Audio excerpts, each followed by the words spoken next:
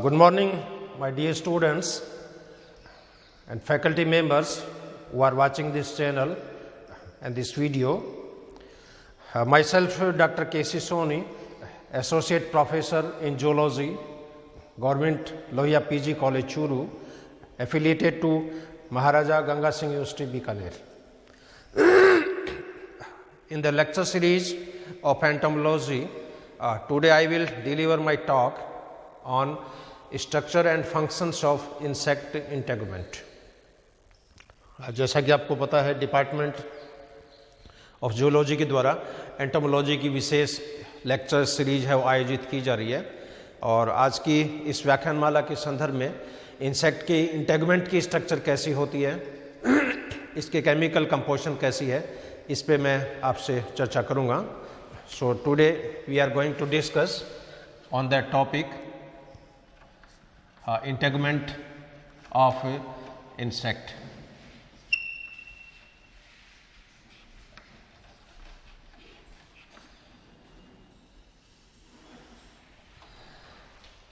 अब कोई भी एनिमल्स हो उसमें सबसे बड़ा जो सिस्टम है वो इंटेगुमेंट्री सिस्टम ही होता है. सबसे बड़े ऑर्गन के रूप में भी आजकल इंटेगुमेंट को काउंट किया जाता है. जैसे अपनी बॉडी में आप देख लो, पूरी बॉडी के ऊपर स्किन प्रेजेंट है और स्किन की जो सरफेस एरिया है और ऑर्गन्स की तुलना में सबसे ज़्यादा होती है, इसलिए इंटेगुमेंट है सबसे बड़ा ऑर्गन है. अब इंसेक्ट की जो इंटेगुमेंट होती है, इसका डेवलपमेंट कैसे होता है, इसका बेसिक आर्किटेक्चर कैसा है, इसके कौन कौन से कंपोनेंट है, क्या क्या इसकी केमिकल कंपोजिशंस हैं, क्या क्या इसके डेरिवेटिव्स हैं. तो इस व्याख्यान को मैं 3 पार्ट में जैसे कवर करूंगा, जिसमें पहला पार्ट इंटेगुमेंट की स्ट्रक्चर हो जाएगी, structure of integument. Second part में केमिकल कंपोजिशन ऑफ इंटेगुमेंट और थर्ड पार्ट में इसके जो अपेंडेजेज हैं, इसके जो डेरिवेटिव्स हैं, क्योंकि स्किन में कुछ कोशिकाएं हैं वो ग्लैंड्स में कन्वर्ट हो जाती है और कई बार इंटेगुमेंट के बाहर कुछ आउटग्रोथ निकली रहती है, अतिवृद्धियाँ या प्रोजेक्शंस निकले रहते हैं. ये अतिवृद्धियाँ जो है वो इंटेगुमेंट की डेरिवेटिव्स के रूप में काउंट आती है. सो इस व्याख्यान को 2 पार्ट में मैं कवर करूँगा. First part is structure of integument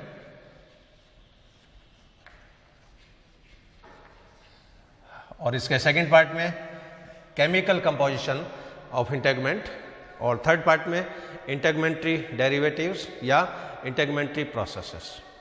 अब इसके एक्सप्लेनेशन से पहले इसका आउटफ्लो चार्ट जो है, यानी इसके बेसिक कंपोनेंट कौन कौन से हैं, वो मैं आपसे शेयर करना चाहूँगा. तो इंसेक्ट की जो इंटेगुमेंट है, बेसिकली इसमें 3 पार्ट होते हैं. या skin integument of skin is divided into 3 parts. First part is cuticle,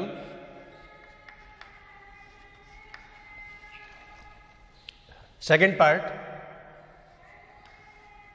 is epidermis,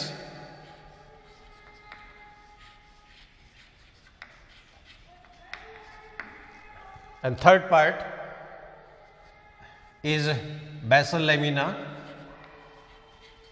और बेसल मेम्ब्रेन.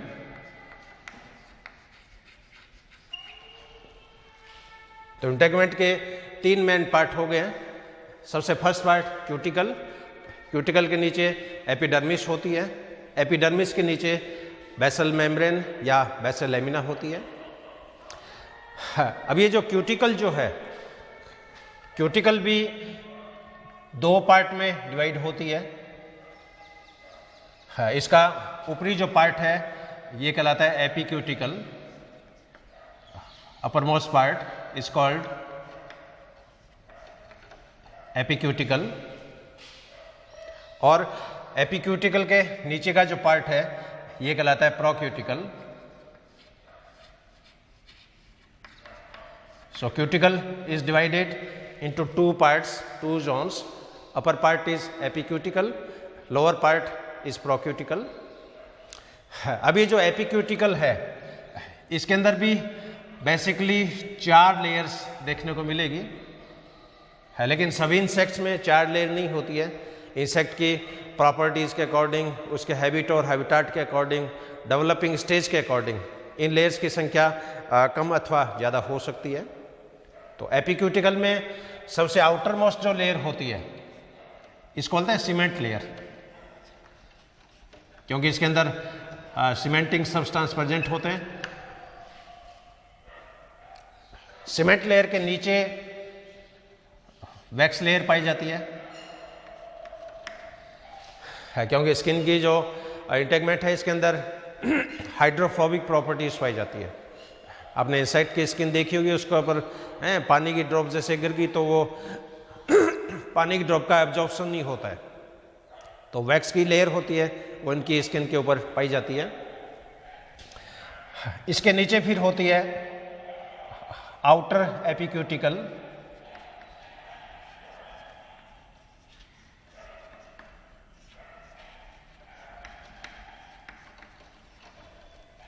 और आउटर एपिक्यूटिकल के नीचे होती है इनर एपिक्यूटिकल।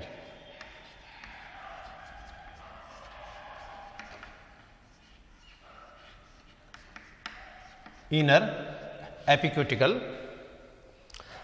अब इसमें जो सीमेंट लेयर जो है, इस सीमेंट लेयर को कई बार टेक्टोक्यूटिकल के नाम से भी जाना जाता है। It is also called as tectocuticle. और आउटर एपिक्यूटिकल और इनर एपिक्यूटिकल, इनको कलेक्टिवली क्यूटिकोलिन लेयर के नाम से भी जाना जाता है।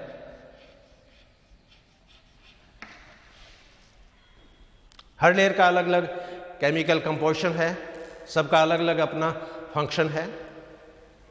अब प्रोक्यूटिकल जो होती है ये भी दो पार्ट में डिवाइड होती है। प्रोक्यूटिकल का सबसे आउटर जो पार्ट होता है इसको बोलते हैं एक्सोक्यूटिकल,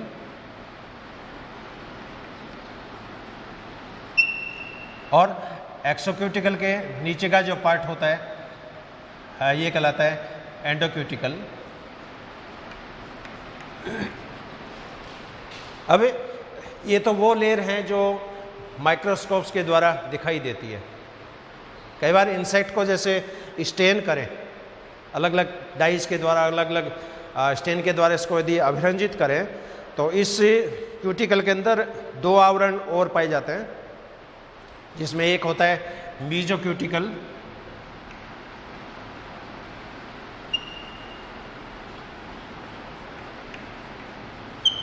one layer is mesocuticle and second layer is subcuticle.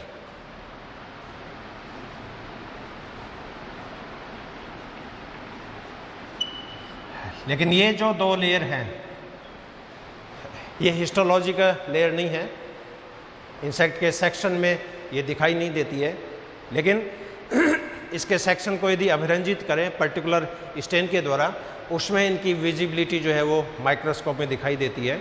इसलिए मीजोक्यूटिकल और सबक्यूटिकल, इन दो लेयर की जो प्रेजेंस है ये स्टेनिंग के आधार पर डिटेक्ट होती है। तो ये एक बेसिक आउटलाइन खाका है किसका, स्किन का। तो स्किन जो है इसके अंदर तीन पार्ट हैं। सबसे बार क्यूटिकल, इसके नीचे एपिडर्मिस, इसके नीचे बेसमेंट मेम्ब्रेन। क्यूटिकल भी दो पार्ट में डिवाइड है। सबसे बार एपिक्यूटिकल, इसके नीचे प्रोक्यूटिकल। प्रोक्यूटिकल एपिक्यूटिकल भी चार लेयर्स में डिवाइड हैं। Cement layer, wax layer, outer epicuticle, inner epicuticle. Cement layer होती है, इसको टेक्टोक्यूटिकल के नाम से भी जाना जाता है। और आउटर एपिक्यूटिकल और इनर एपिक्यूटिकल, इन दोनों को मिला के क्यूटिकुलिन लेयर के नाम से भी जाना जाता है। इधर प्रोक्यूटिकल जो होती है ये दो लेयर के अंदर डिवाइड है, एक्सोक्यूटिकल, एंडोक्यूटिकल। और स्टैंडिंग प्रॉपर्टीज़ की बेसिस पे ये दो लेयर और डिटेक्ट होती है, जिसमें एक तो है मेजोक्यूटिकल और एक है सबक्यूटिकल। अब इन सभी लेयर्स को डायग्राम के द्वारा मैं प्रेजेंट करूँगा। डायग्राम में इसका पहले वर्टिकल सेक्शन, जनरल डायग्राम, और फिर इसका एक एनलार्ज पोर्शन क्योंकि इसके अंदर छोटी छोटी पोर कैनाल्स भी होती है। एपिडर्मिस की जो कोशिकाएं हैं वो ग्रंथियों में कन्वर्ट हो जाती है। कुछ ग्रंथियाँ यूनिसेलुलर होती है, कुछ मल्टीसेलुलर टाइप की होती है, और इन ग्रंथियों की जो नलिकाएं होती है वो डायरेक्ट स्किन के ऊपर छोटे छोटे पोर कैनाल्स के रूप में खुलती है, जिनके द्वारा वैक्स मॉलिक्यूल्स का, लिपिड मॉलिक्यूल्स का सिक्रीशन होता है। तो इस फ्लो चार्ट को मैं फिगर के माध्यम से आपको एक्सप्लेन करूँगा। सो इंटेगुमेंट के 2 पार्ट में मैं कवर करूँगा इसका डिस्क्रिप्शन। फर्स्ट पार्ट में जैसे मैंने आपको बताया इसके स्ट्रक्चरल पार्ट, और सेकंड पार्ट में इसकी केमिकल कंपोजिशन क्या है। तो इसका जो पहला जो पार्ट है that is structural component, structural part. हाँ, इसमें मैंने बताया कि इंसेक्ट की जो इंटेगुमेंट है ये 3 पार्ट में डिवाइड है। सबसे बार क्यूटिकल, हाँ, इसके नीचे एपिडर्मिस, और इसके नीचे बेसल लेयर या बेसल लेमिना या बेसमेंट मेम्ब्रेन। अब इनका डिस्क्रिप्शन मैं ऊपर से नीचे नहीं करूँगा। पहले आपको क्यूटिकल के बारे में नहीं बताऊँगा, पहले मैं आपको एपिडर्मिस के बारे में बताऊँगा, क्योंकि एपिडर्मिस जो होती है ये एक्चुअल में इंटेगुमेंट की मदर लेयर होती है। क्यूटिकल का जो फॉर्मेशन है, क्यूटिकल का जो सिक्रीशन है वो इस एपिडर्मिस से ही होता है। और बेसमेंट मेम्ब्रेन जो है इसके लिए वैसा मानते हैं कि इसकी फॉर्मेशन भी एपिडर्मिस के कोशिकाओं से होती है।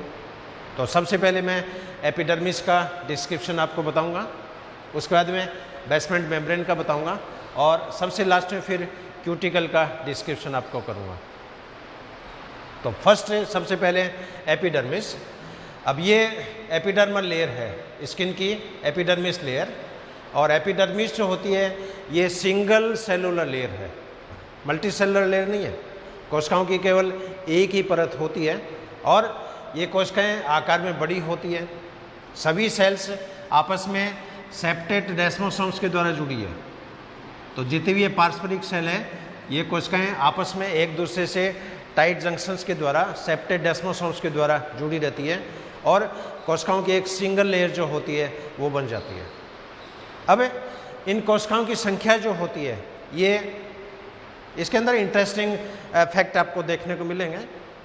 तो नॉर्मली क्या होता है, एक स्किन की जो इंटेगुमेंट होती है उसके अंदर पर स्क्वायर मिलीमीटर में, आप कल्पना करो पर स्क्वायर मिलीमीटर यानी 1/1 mm का जो एरिया होता है, पर स्क्वायर मिलीमीटर में इन कोशिकाओं की संख्या 3000 से लेकर 11000 तक हो सकती है नॉर्मल केस में।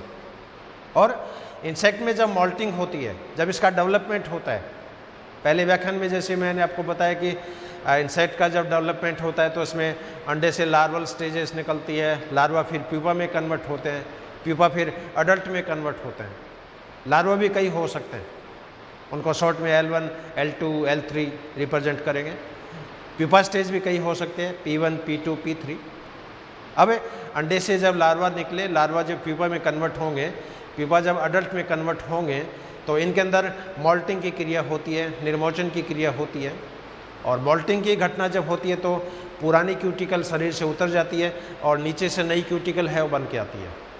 तो इंसेक्ट में ये देखा गया कि जब मॉल्टिंग का प्रोसेस जब होता है, निर्मोचन का प्रोसेस जब होता है, उस समय इन कोशिकाओं में माइटोसिस की जो दर होती है, rate of division, rate of multiplication, तो माइटोटिक डिवीजन की दर जो होती है वो इन एपिडर्मिस की सेल्स में बढ़ जाएगी। इसलिए नॉर्मल केस में जब इंसेक्ट में मॉल्टिंग नहीं हो रही है उस समय तो पर स्क्वायर mm में इन कोशिकाओं की संख्या 3000 से 11000 तक हो सकती है। लेकिन मॉल्टिंग एक्टिविटी जब होती है उस समय ये पाया गया कि पर स्क्वायर mm में इन कोशिकाओं की संख्या 11000 से भी ज़्यादा हो जाती है। तो लार्वल स्टेज में मान लीजिए 15000 सेल्स है पर स्क्वायर mm, तो प्यूपा के अंदर ये 18000 तक हो जाएगी। और अडल्ट के आने के बाद में फिर ये रेशो जो होता है कांस्टेंट हो जाता है। तो यहाँ पर प्रोसेस भी अलग अलग है, मॉल्टिंग का प्रोसेस है, एक्डाइसिस का प्रोसेस है, दो अलग अलग टर्मिनोलॉजी है। मॉल्टिंग है उसमें भी पुरानी क्यूटिकल उतरती है, एक्डाइसिस में भी पुरानी क्यूटिकल उतरती है, लेकिन एम्ब्रियोनिक डेवलपमेंट के दौरान जो पुरानी क्यूटिकल उतरती है वो घटना मॉल्टिंग के नाम से जानी जाती है। मॉल्टिंग हार्मोन्स के द्वारा ये कंट्रोल होती है। और अडल्ट में जो पुरानी क्यूटिकल उतरती है उसको एक्डाइसिस बोलते हैं, और उसके अंदर एक्डेसियल हार्मोन है, उसकी भूमिका होती है। जबकि प्रोसेस सेम है, इंसेक्ट में ग्रोथ मोल्टिंग ये प्रोसेस चलता रहेगा जब तक अडल्ट इंसेक्ट की फॉर्मेशन नहीं हो पाती है। लेकिन कुछ इंसेक्ट में क्या होता है कि रिग्रेसिव डेवलपमेंट भी देखने को मिलेगा, प्रोग्रेसिव होने के बजाय रिग्रेसिव डेवलपमेंट। जैसे इसमें एक एग्जाम्पल है जैसे साइक्लोरेफा, और साइक्लोरेफा में क्या होता है कि जो जो डेवलपमेंट होता है, अडल्ट स्टेज जो बनेगी त्यों त्यों पर स्क्वायर mm में कोशिकाओं की संख्या जो होती है वो निरंतर कम होती जाती है। तो ये एक बेसिक फीचर है एपिडर्मिस के। एपिडर्मिस सिंगल लेयर्ड हैं, कोशिकाएं बड़ी होती है, सभी कोशिकाएं आपस में सेप्टेड डेस्मोसोम्स के द्वारा, टाइट जंक्शंस के द्वारा आपस में जुड़ी रहती है, और इन कोशिकाओं की संख्या जो है पर स्क्वायर mm काफ़ी होती है। जो जो मोल्टिंग होता है इन कोशिकाओं के अंदर सूत्री विभाजन होता है, माइटोसिस होता है, तो इन कोशिकाओं की संख्या जो निरंतर है वो बढ़ती जाती है। अब कुछ कोशिकाएं इसके अंदर ग्लैंड्स में कन्वर्ट हो जाती है। तो ग्रंथियां यूनिसेलुलर भी हो सकती है, मल्टी सेलुलर भी हो सकती है। कई बार सिंगल सेल है वो भी कोई प्रोडक्ट जैसे सिक्रीट करती है, कई बार कई सेल आपस में मिल के किसी पदार्थ का सिक्रेशन करती है। तो ये जो ग्लैंड्स जो होती है ये यूनिसेलुलर भी हो सकती है, मल्टी सेलुलर भी हो सकती है, और इनके द्वारा प्रोजेक्शंस जो होते हैं स्किन के अंदर, जो डेरिवेटिव हैं जैसे स्पर है, सीटी है, छोटे छोटे हेयर लाइक स्ट्रक्चर्स हैं, उनकी ओरिजिन भी इन स्किन की डेरिवेटिव से बनती है। अब इन डर्मल ग्लैंड्स की जो पोर कैनाल जो होती है, ये पोर कैनाल वैक्स लेयर के नीचे जाके खुलती है, क्योंकि ऐसा मानते हैं कि इन कोशिकाओं के द्वारा वैक्स का सिक्रीशन होता है, सीमेंटिंग सब्सटेंस का सिक्रीशन होता है। तो इनकी पोर कैनाल जो होती है वो इस पूरी क्यूटिकल के अंदर आपको देखने को मिलेगी, और इसका जब वर्टिकल सेक्शन काटते हैं तो ये पोर कैनाल है, पूरी वर्टिकल कैनाल, और ये पूरी वर्टिकल कैनाल क्यूटिकल की सरफेस के नीचे जाके खुल जाती है। इसका जब आप ट्रांसफर सेक्शन काटते हो तो उसमें भी माइक्रोस्कोप में देखते हैं तो छोटे छोटे अपर्चर्स, छोटे छोटे माइन्यूट पोर वो इसके अंदर दिखाई देते हैं। तो ये फर्स्ट लेयर है इसकी एपिडर्मिस। अब एपिडर्मिस के बाद में मैं बेसमेंट मेम्ब्रेन पे चर्चा करूंगा, बेसल लेयर पे चर्चा करूंगा, या बेसल लेमिना पे चर्चा करूंगा। तो एपिडर्मिस के नीचे जो आवरण होता है, नीचे जो सपोर्टिंग लेयर है, इस सपोर्टिंग लेयर को बेसमेंट मेम्ब्रेन या बेसल लेमिना या बेसल लेयर के नाम से जाना जाता है। और ये जो लेयर है ये नॉन सेलुलर है, इसमें कोशिकाएं नहीं है, इसमें केवल सिक्रीटरी प्रोडक्ट है। एक तरह से जो जमे जो मॉलिक्यूल हैं वो इसके अंदर पाए जाते हैं, और ऐसा मानते हैं कि बेसल लेमिना जो होती है ये म्यूकोपॉलीसैकेराइड्स की बनी होती है, और इसके अंदर कोलेजन के जो फिलामेंट हैं वो इसके अंदर सस्पेंडेड रहते हैं। तो एक तरह से अमॉर्फस लेयर है जो कि म्यूकोपॉलीसैकेराइड की बनी है, और इसके अंदर कोलेजन के जो माइन्यूट फाइबर्स हैं वो इसके अंदर एम्बेडेड रहते हैं। अब कोई भी एनिमल्स हो, सेल के अंदर जंक्शनल प्रॉपर्टीज़ है वो दो तरह की हो सकती है। कई बार तो सेल आपस में टाइट जंक्शंस के द्वारा जुड़ी है, इसको सीसी टाइप का कनेक्शन बोल सकते हैं, सेल टू सेल। और कई बार सेल जो होती है उसको कोई आधार चाहिए, कोई सबस्ट्रेटम चाहिए, कोई मेम्ब्रेन चाहिए, उस मेम्ब्रेन के अंदर ये कोशिकाएं हैं वो धंसी रहती है, उसको बोलते हैं सीएम टाइप का कनेक्शन, सेल मैट्रिक्स। तो यहाँ पर जो बेसमेंट मेम्ब्रेन है ये एक तरह से मैट्रिक्स लेयर है। तो ये जितनी भी एपिडर्मिस की लेयर है ये हेमीडेस्मोसोम्स के द्वारा इन बेसल लेयर से जुड़ी रहती है।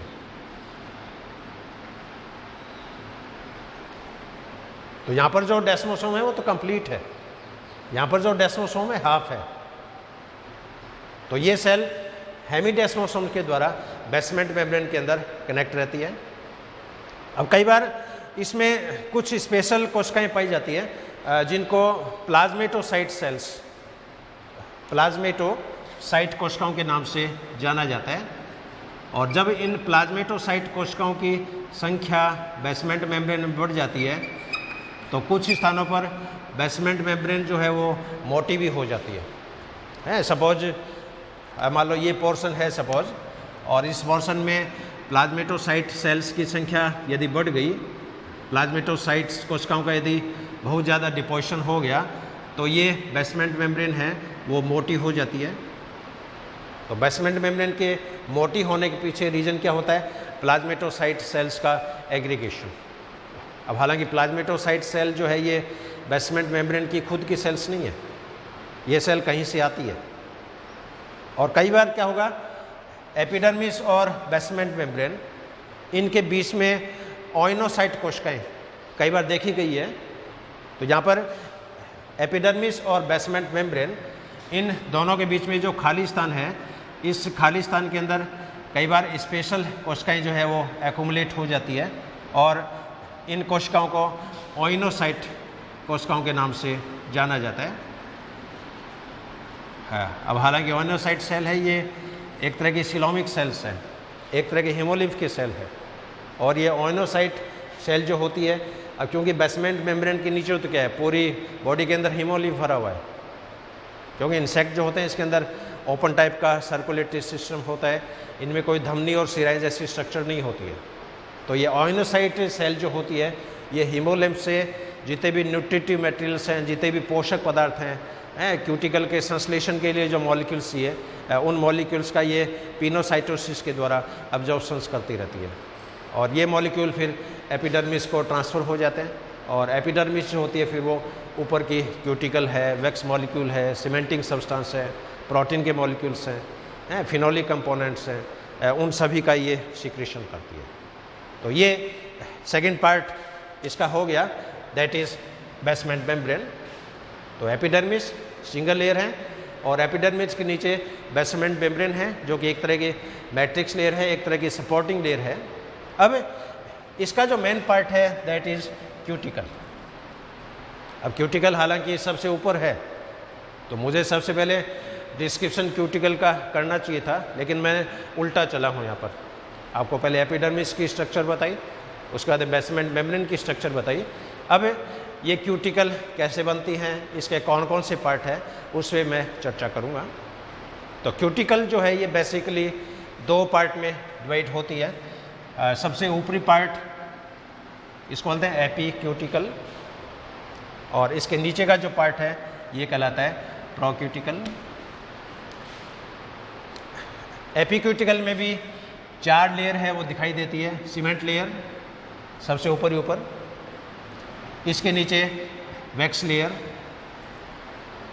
इसके नीचे आउटर एपिक्यूटिकल, इसके नीचे इनर एपिक्यूटिकल।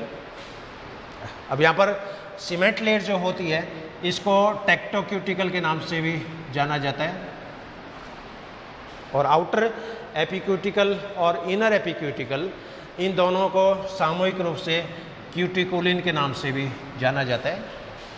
ये चारों लेयर इस डायग्राम में जैसे मैंने रिप्रेजेंट करी है। सबसे ऊपर वाली जो लेयर है दैट इज़ सीमेंट लेयर, सबसे ऊपर की लेयर सीमेंट लेयर या टेक्टोक्यूटिकल। इसके नीचे जो सेकंड लेयर है दैट इज़ वैक्स लेयर, इसके नीचे आउटर एपिक्यूटिकल और इसके जस्ट नीचे इनर एपिक्यूटिकल।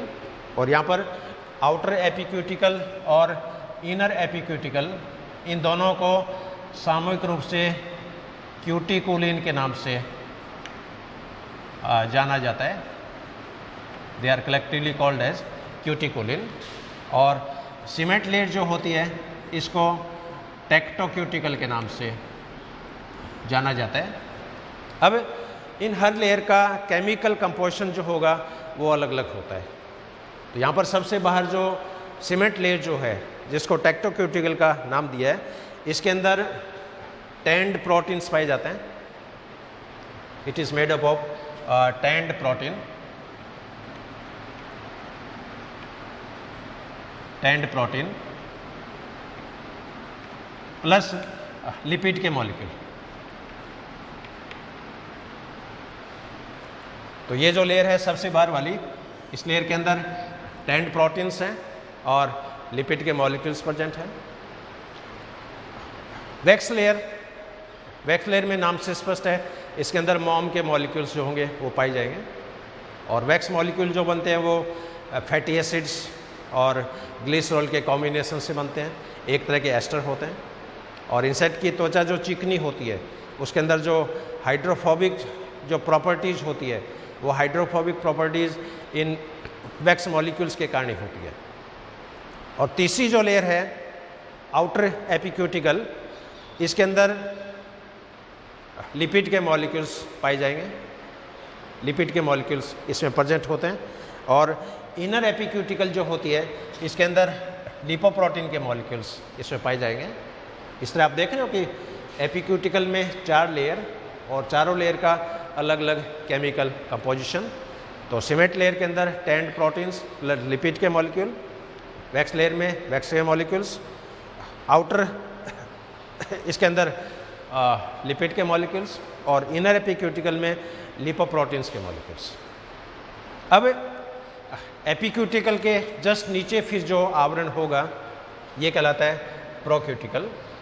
लेकिन यहाँ पर एक बात ध्यान रखने लायक है कि एपिडर्मिस की जो ग्लैंड्स होती है ये ग्लैंड से इस वैक्स मॉलिक्यूल्स के जस्ट नीचे यानी आउटर एपिक्यूटिकल जो है इस पर इसके जो ओपनिंग है वो खुलती है।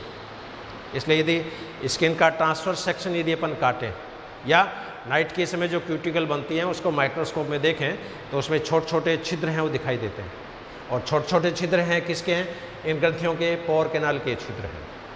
अब इस एपिक्यूटिकल के नीचे सेकंड पार्ट ये हो गया प्रोक्यूटिकल। और प्रोक्यूटिकल जो है ये भी 2 पार्ट में डिवाइडेड है, एक तो एक्सोक्यूटिकल, दूसरा एंडोक्यूटिकल। तो एपिक्यूटिकल के जस्ट नीचे का जो पार्ट है दिस पार्ट इज एपिक्यूटिकल, और एपिक्यूटिकल के नीचे का ये जो पार्ट है दिस इज प्रोक्यूटिकल। और इस प्रोक्यूटिकल के अंदर भी 2 जोन हो गए। ये वाला जो पार्ट है दिस इज एक्सोक्यूटिकल और ये जो पार्ट है दिस इज एंडोक्यूटिकल। अब इनकी फॉर्मेशन जो होती है वो अलग अलग तरह की होती है।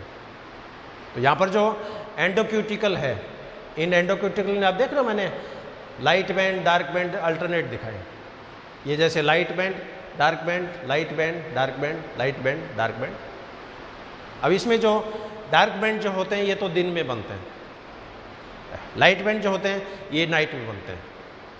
अब इसके पीछे फॉर्मेशन का प्रोसेस क्या है कि दिन में जो क्यूटिकल्स बनेगी उसमें तो क्या होगा, काइटिन के जो मॉलिक्यूल्स हैं, जो माइक्रोफाइब्रिल्स हैं, वो एक के ऊपर एक प्रेजेंट है। जैसे सिक्के के ऊपर सिक्का रख दिया, सिक्के के ऊपर सिक्का रख दिया, तो दिन में जो मॉलिक्यूल्स बनेंगे वो मॉलिक्यूल एक के ऊपर एक यूँ डिपॉजिट होते रहते हैं।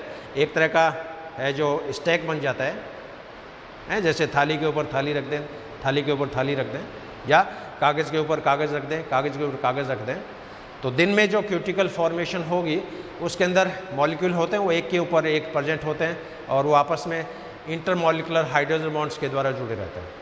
लेकिन नाइट में जो क्यूटिकल बनेगी उसमें क्या होते हैं, ये मॉलिक्यूल्स रोटेट होते रहते हैं। जैसे मान लीजिए सर्दी का दिन है, सपोज 6 बजे अंधेरा हो गया, सूरज जैसे छिप गया, अब उसके नाइट में क्या होगा, ये मॉलिक्यूल्स रोटेट करेंगे। तो 7 बजे जैसे मॉलिक्यूल ये ऐसे आ गया, नाइट में 8 बजे मॉलिक्यूल ऐसे आ गया, रात को 10 बजे मॉलिक्यूल ऐसे आ गया, 11 बजे ऐसे आ गया, 12 बजे ऐसे आ गया, रात को 1 बजे ऐसे आ गया। तो नाइट में जो मॉलिक्यूल का डिपोजिशन होता है वो रोटेशन के अकॉर्डिंग होता है। इसलिए नाइट में जो क्यूटिकल बनेगी वो हेलिकल प्रकार की होती है, हेलिकोइड प्रकार की होती है, और दिन में जो क्यूटिकल बनती है वो स्ट्रेटिफाइड प्रकार की होती है। तो यहाँ पर ये अरेंजमेंट मैंने दिखाया है। ये जो हेलिकोइड जो पैटर्न है, इस तरह जी की जो पैटर्न है ये रात्रि के समय बनती है, it is found in night. और नाइट में जो क्यूटिकल बनेगी तो वो क्या होते हैं, मॉलिक्यूल उसके अंदर रोटेट करते हैं, और इसके अंदर आप देख रहे हो ये पोर कैनाल जैसे दिखाई दे रही है। और ये जो स्ट्रेटिफाइड जो पैटर्न है ये दिन के अंदर बनता है, it is found in day time. तो ये एक बेसिक आर्किटेक्चर है एक इंसेक्ट की इंटेगमेंट का। तो एक बार फिर मैं इसको शॉर्ट में रिपीट कर दूं। Insect integument is divided into 3 parts. First part is cuticle, second part is epidermis, third part is basal membrane. Epidermis है ये सिंगल लेयर है, सारी सेल आपस में डेस्मोसोम्स के द्वारा कनेक्टेड हैं। इसमें कुछ सेल है वो ग्लैंड्स में मॉडिफाई हो जाती है और बोल्टिंग के दौरान इन सेल की जो एक्टिविटी है, माइटोटिक एक्टिविटी है, वो बढ़ती है। एपिडर्मिस के जस्ट नीचे जो लेयर है ये बेसमेंट मेम्ब्रेन या बेसल लेमिना या बेसल लेयर के नाम से जानी जाती है। और बेसमेंट मेम्ब्रेन जो होती है इसका केमिकल कंपोजिशन म्यूकोपॉलीसैकेराइड होता है, जनरली एमोर्फस प्रकार की होती है। कोलेजन के फिलामेंट इसके अंदर सस्पेंडेड रहते हैं। और सबसे ऊपर की जो लेयर है क्यूटिकल, क्यूटिकल भी 2 पार्ट में डिवाइड है, एपिक्यूटिकल, प्रोक्यूटिकल। एपिक्यूटिकल में भी 4 लेयर हैं। सबसे बाद सीमेंट लेयर, इसके नीचे वैक्स लेयर, इसके नीचे आउटर एपिडर्मिस, इसके नीचे इनर एपिक्यूटिकल। और सीमेंट लेयर को टेक्टोक्यूटिकल के नाम से जाना जाता है।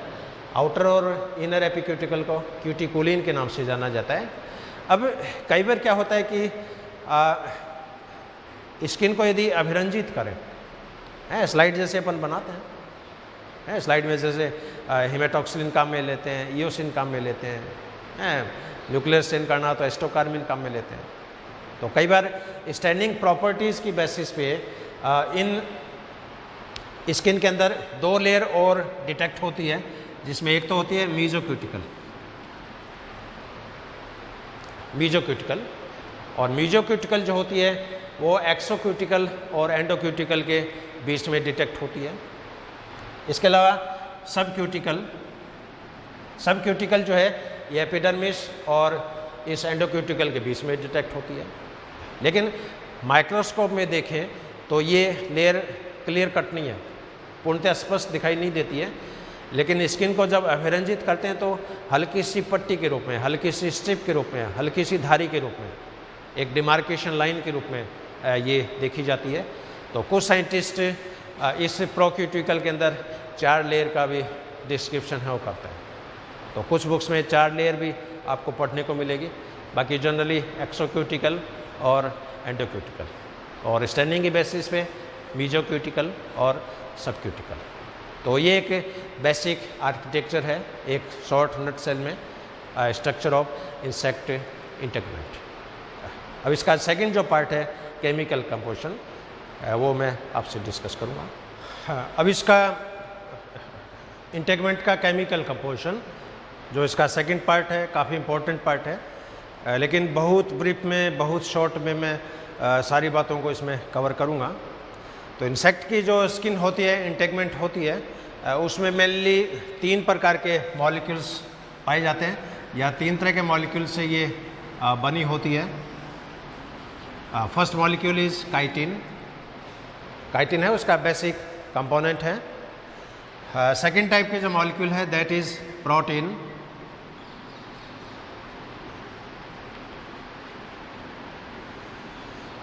और तीसरे जो मॉलिक्यूल है दैट इज लिपिड।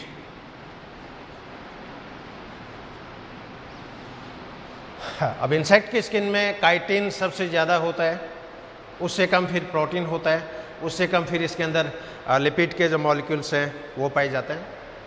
अब काइटिन जो है, काइटिन ये बनी होती है एन एसिटिल डी ग्लूकोजामिन की, इसके पॉलीमर सही हो मान के चलो। और एक जो मॉलिक्यूल होता है इसका जो सिंपली जो बेसिक यूनिट है, फंडामेंटल यूनिट, ये यूनिट होती है इसमें C8 कार्बन 8, हाइड्रोजन 13, ऑक्सीजन 5,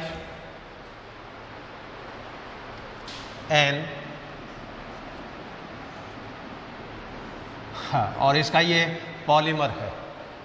तो यहाँ पर ये जैसे एक मॉलिक्यूल दिखाया है acetyl glucosamine, acetyl glucosamine, acetyl glucosamine, और एस्टिल ग्लूकोजामिन जो होते हैं ये आपस में COC, इस बॉन्ड को glycoside bond, beta glycoside bond के नाम से जाना जाता है।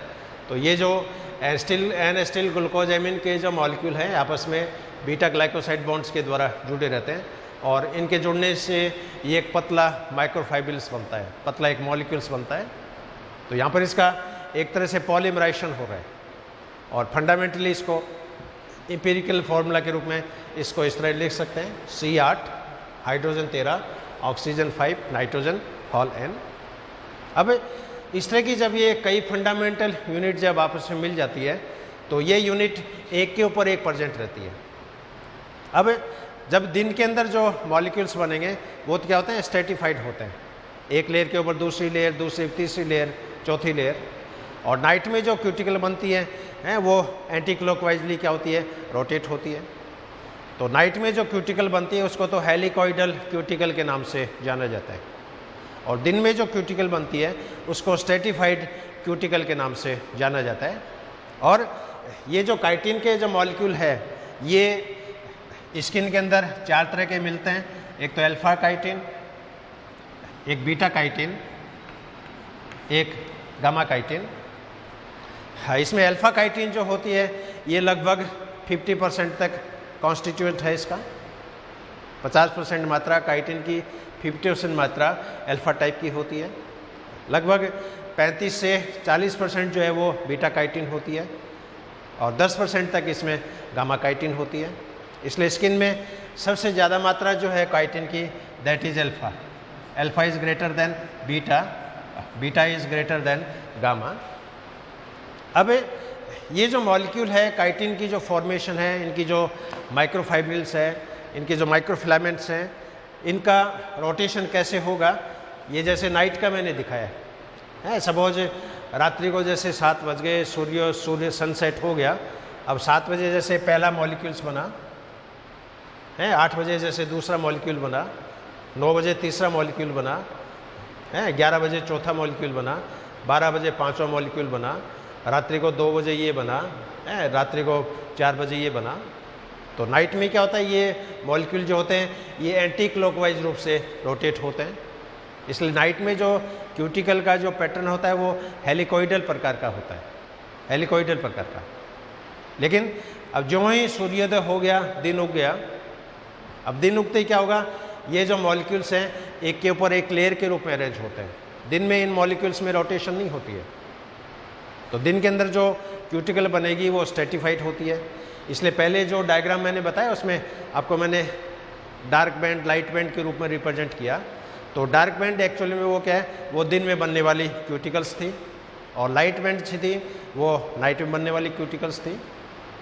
तो नाइट में जो क्यूटिकल का पैटर्न है वो हेलिकॉइडल प्रकार का है, और दिन में जो क्यूटिकल बनती है वो लेमिलर प्रकार की होती है या स्ट्रेटिफाइड प्रकार की होती है।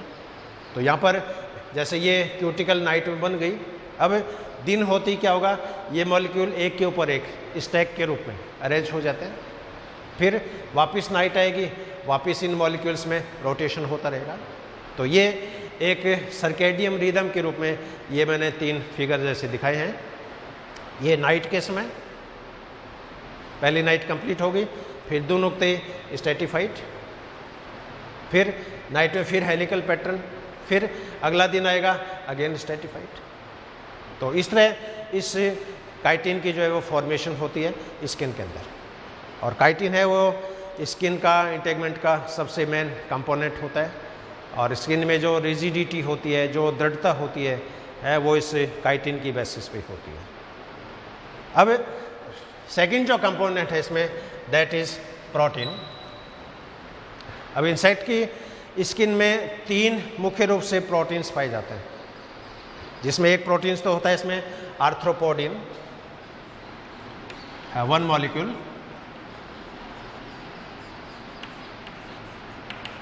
आर्थ्रोपोडिन। सेकंड जो इंपॉर्टेंट प्रोटीन है इसमें, दैट इज रेजिलिन।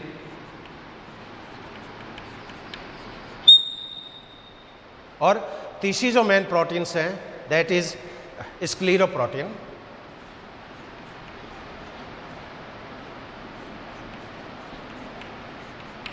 या स्क्लेरोटिन। अब आर्थ्रोपोडिन नाम से स्पष्ट है, आर्थ्रोपोडिन क्योंकि फाइलम आर्थ्रोपोडा। ये जो प्रोटीन होंगे ये घुलनशील प्रकार की होती है, और जितने भी जॉइंट्स होते हैं, संधियाँ होती है, वहाँ पर ये पाई जाती है। रेजिलिन प्रोटीन जो होती है ये रेजिस्टेंट प्रॉपर्टीज़ प्रदान करती है, और स्क्लेरोटिन प्रोटीन जो होती है ये एक्चुअल में काइटिनाइज प्रोटीन है, केराटिनाइज नहीं है, ये आप ध्यान रखना, क्योंकि इंसेक्ट में जो है वो स्क्लेरोटाइजेशन का प्रोसेस होता है, केराटिनाइजेशन का प्रोसेस नहीं होता है। तो स्क्लेरो प्रोटीन है, इसको टेंड प्रोटीन्स भी बोलते हैं। और इसके अंदर फिनोलिक कंपोनेंट्स भी होते हैं। जो जो स्क्लेरोटाइजेशन होता है, इंसेक्ट की जो इंटेगमेंट होती है वो ब्राउन कलर की होती जाती है। जैसे घरों में तिलचट्टे निकलते हैं, कॉकरोच हैं, कॉकरोच के जैसे इमेच्योर जो स्टेजेज हैं वो भी निकलती है जिसके अंदर पंख नहीं होते हैं, और उन स्टेजेस को आप ध्यान से देखो तो उनकी स्किन का जो कलर होता है वो चेंज होता रहता है। तो प्रारंभ में जैसे हैं हल्की जैसे पीले रंग की है, फिर हल्के भूरे रंग की हुई है, फिर ये जो अपने कैया कलर जो होता है, इमली के जो बीज होते हैं उस तरह कलर हो जाती है। तो एकदम डार्क ब्राउन यदि स्किन हो जाती है, इसका मतलब इसमें स्क्लेरोटाइजेशन है वो प्रॉपर हो चुका है। तो मेन कंपोनेंट्स में काइटिन, सेकेंड इंपॉर्टेंट कंपोनेंट इसके अंदर प्रोटीन, और तीसरा जो केमिकल कंपोनेंट है दैट इज लिपिड। अब लिपिड के जो मॉलिक्यूल है वो इतने इंपॉर्टेंट नहीं है। जो लिपिड है वो एक तरह का वैक्सी मॉलिक्यूल्स हैं, स्किन को ये चिकना बनाए रखता है, लुब्रिकेट बनाए रखता है। और लिपिड का सिक्रीशन कब होगा? जब इंसेक्ट फीडिंग करता है। इंसेक्ट फीडिंग करता है उसमें पोर कैनल के द्वारा लिपिड के मॉलिक्यूल सिक्रीट होते हैं, या स्किन के अंदर कोई स्ट्रेच हो गया, तनाव हो गया, या मोल्टिंग जब हो रही है उस दौरान इन मॉलिक्यूल्स का सिक्रीशन होता है, और ये हाइड्रोफोबिक प्रॉपर्टीज़ प्रदान करते हैं। और इंसेक्ट की जो स्किन है उसकी सरफेस प्रॉपर्टी एक्चुअली इन्हीं मॉलिक्यूल्स के द्वारा डिसाइड होती है। लेकिन जनरली जो स्किन है वो हाइड्रोफोबिक है, पानी का अवशोषण नहीं होता इसमें। स्किन पे वाटर के मॉलिक्यूल गिर गए तो वो पानी की बूंदें और उसकी बूंदें वैसी की वैसी रहेगी, इनका एब्जॉर्प्शन नहीं होता है। और ये इंसेक्ट की एक स्पेशल प्रॉपर्टीज़ है, एक तरह का अडेप्टेशन है। और इसी हार्ड क्यूटिकल के कारण इंसेक्ट जो होते हैं वो कितने से कितने हार्ड एनवायरनमेंट हो, चाहे तापमान 50 डिग्री हो जाए, 60 डिग्री हो जाए, चाहे माइनस में चला जाए, कितनी पराबैंगनी किरणें आ जाएँ, कितनी एक्सरेज आ जाए, क्योंकि ऐसा मानते हैं कि यदि पूरी पृथ्वी या पूरी सृष्टि खत्म हो जाएगी लेकिन इंसेक्ट ख़त्म नहीं होंगे, तिलचट्टा ख़त्म नहीं होगा, क्योंकि स्किन में इसमें हार्ड एनवायरनमेंट है, हार्ड ये क्यूटिकल का आवरण है और ये इसका सुरक्षा कवच है। तो ये एक नट सेल में आज का अपना चैप्टर स्किन की इंटेगमेंट, इसके दो पार्ट मैंने कवर किए हैं, स्किन का बेसिक आर्किटेक्चर या बेसिक स्ट्रक्चर और इसका केमिकल कंपोजिशन। अब इसका एक पार्ट और बचा है, स्किन की जो स्पेशल डेरिवेटिव्स हैं, स्पेशल इनके जो प्रोजेक्शंस हैं, जिसमें स्टाइल है, स्पर है, कोई स्पाइन है, और कोई सूक्ष्म जो है इसके ग्लैंड्स भी हो सकती है, यूनिसेलुलर ग्लैंड है, मल्टीसेलुलर ग्लैंड्स हैं, क्योंकि इसमें स्पेशल ट्राइकोजन कोशिकाएं होती है, टॉर्मोजन सेल्स होती है, वो सारी सेल एपिडर्मिस का ही मॉडिफिकेशंस हैं। तो ये रिमेनिंग पार्ट में नेक्स्ट व्याख्यान में आपसे मैं चर्चा करूँगा। और इसी के साथ मैं एक बार आपका हार्दिक धन्यवाद प्रेषित करता हूँ, और हमारे डिपार्टमेंट की तरफ से, हमारे कॉलेज की तरफ से, मेरी तरफ से I am highly thankful to you, I am highly grateful to you. Have a good day. Thank you very much.